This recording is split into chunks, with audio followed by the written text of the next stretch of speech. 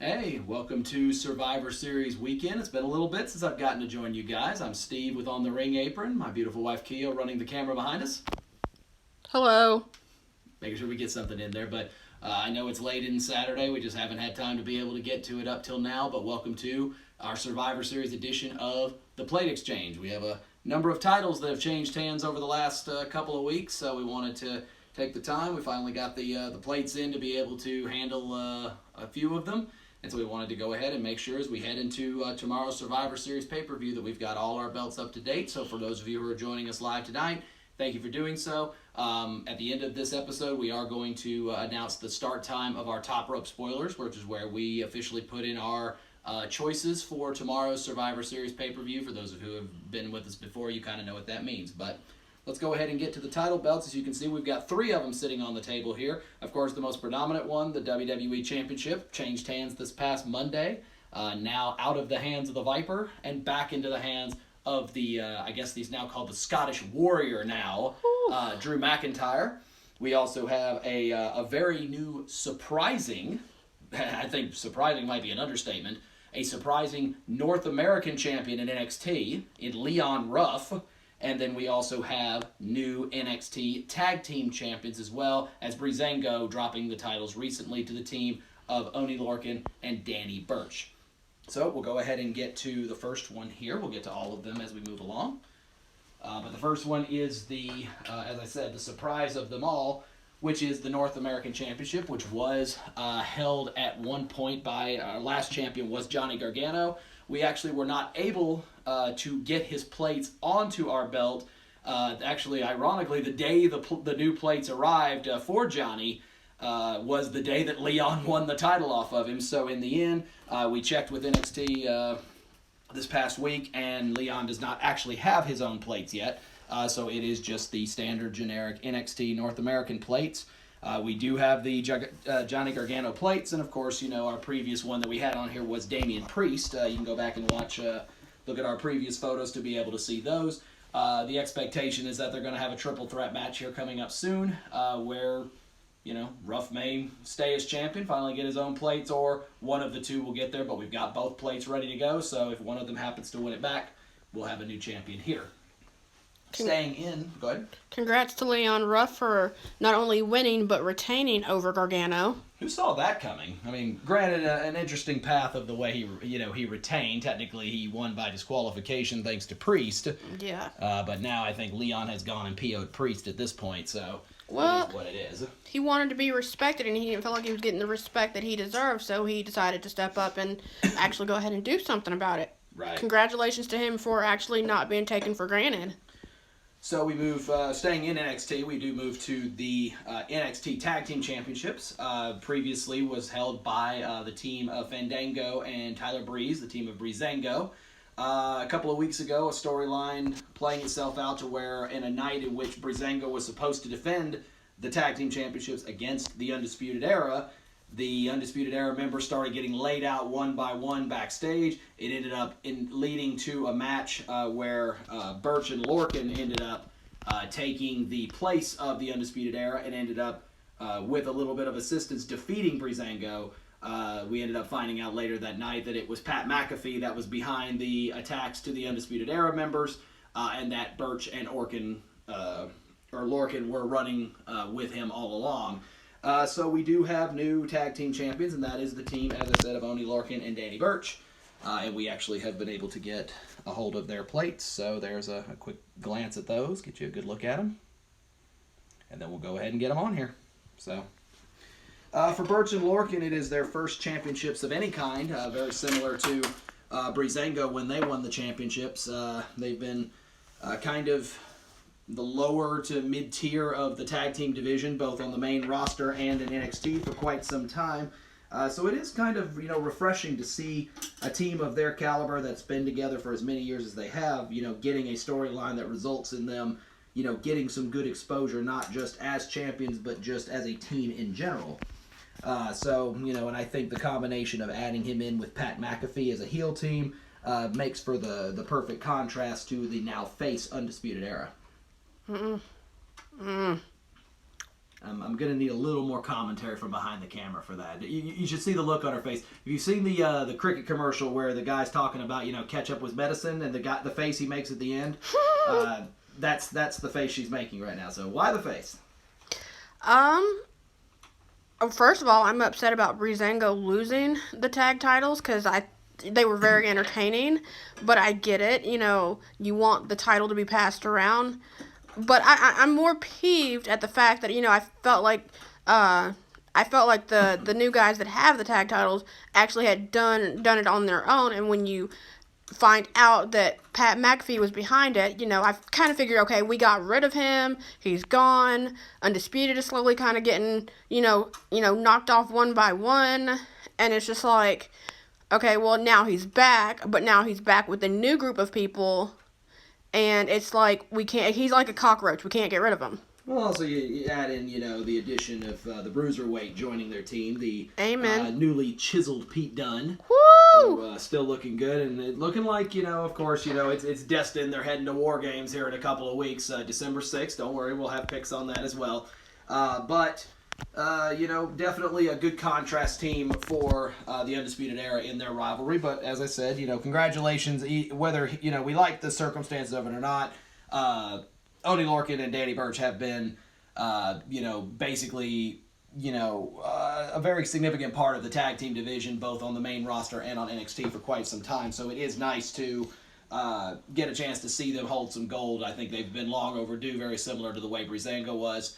So I do like them getting a chance to hold the gold for a little while. We'll see how long they keep it. I definitely agree with you. I feel like they are deserving with everything that they have done for the company, honestly. But that's my opinion. So, well, company guys, and that's what it comes down to. So we then move on to our third and final belt. Just for record, I say this is the final belt. I know we've had because a lot of people like to talk about the 24/7 championship and how I bring it on here. Didn't they have something like 14 title changes in a single night during like this seven pack match or something? Yes, and I know Tucker won it twice in 12 seconds. Tucker won it twice and lost it twice in a period of like 12 seconds exactly. So, I could have sat here and come up with the math to try to come up with that. If anybody wants to see me do it, I'll be happy to do it if that's what the fans want. Kia's raising her hand back there. Of course, she wants to see me use up my time because that means I'm not bothering her during that period of time. Isn't that right? I'm the one recording it, so technically, yeah, I'm still listening to you, but... So we do move on to the WWE Championship. Of course, we've talked about Survivor Series coming up tomorrow night, and originally it was supposed to be the incumbent champion Randy Orton taking on SmackDown's Universal Champion in Roman Reigns, but the title changed hands in a championship match on Raw, in which Drew McIntyre successfully defeated Randy Orton to win back the WWE Championship, starting his second reign as champion. So with that being the case, we will be removing the Randy Orton RKO plates. We ended up finding out on that same Monday these are actually outdated plates. He ended up getting some new ones, so we will see if we can get our hands on a pair of those.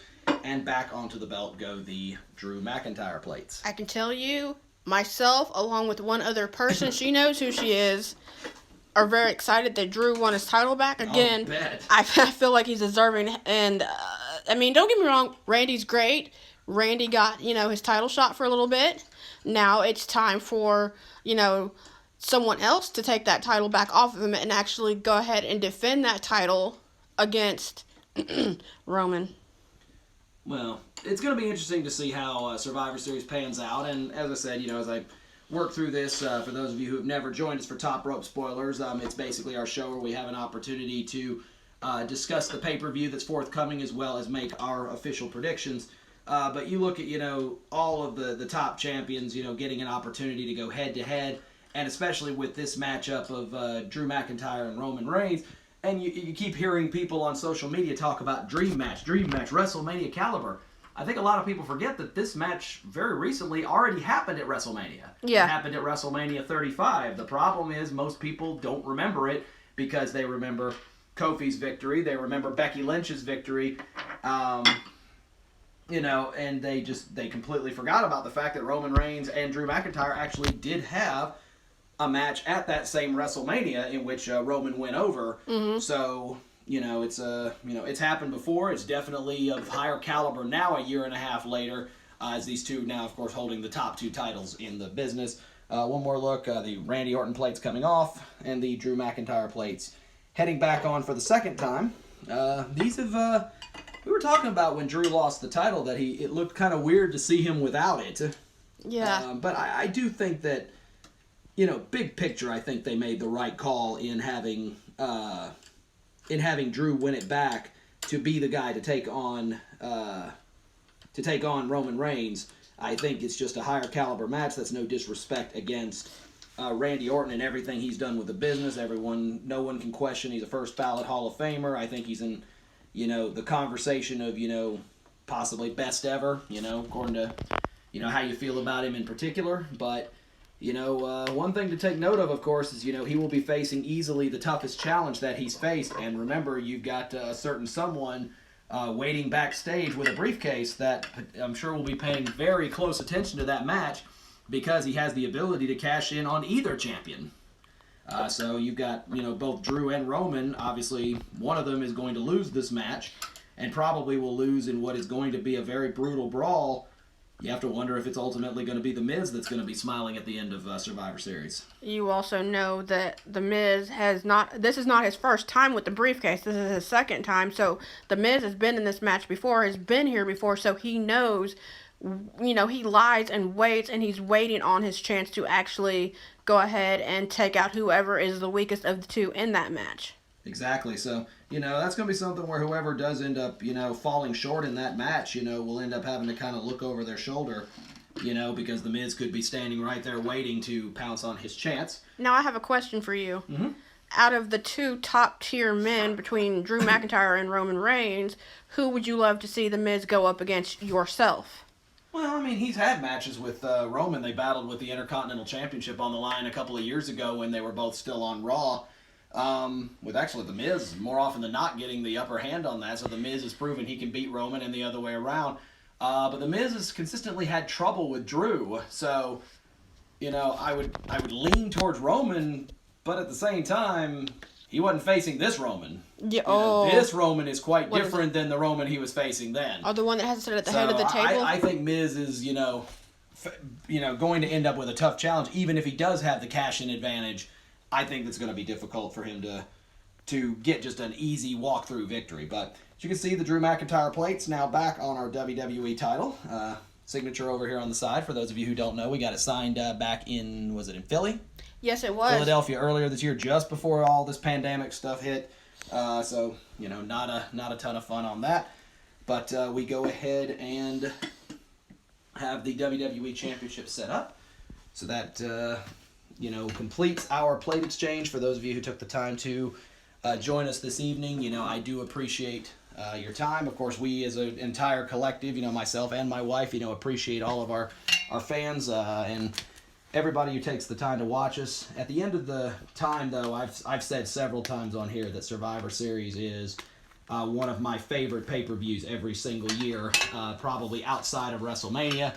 So, how fitting that we're going to get an opportunity to be able to have one of our shows be about this. You see the board behind us. We're ready for Top Rope Spoilers, and now we officially have the plates to make the championship match up here official.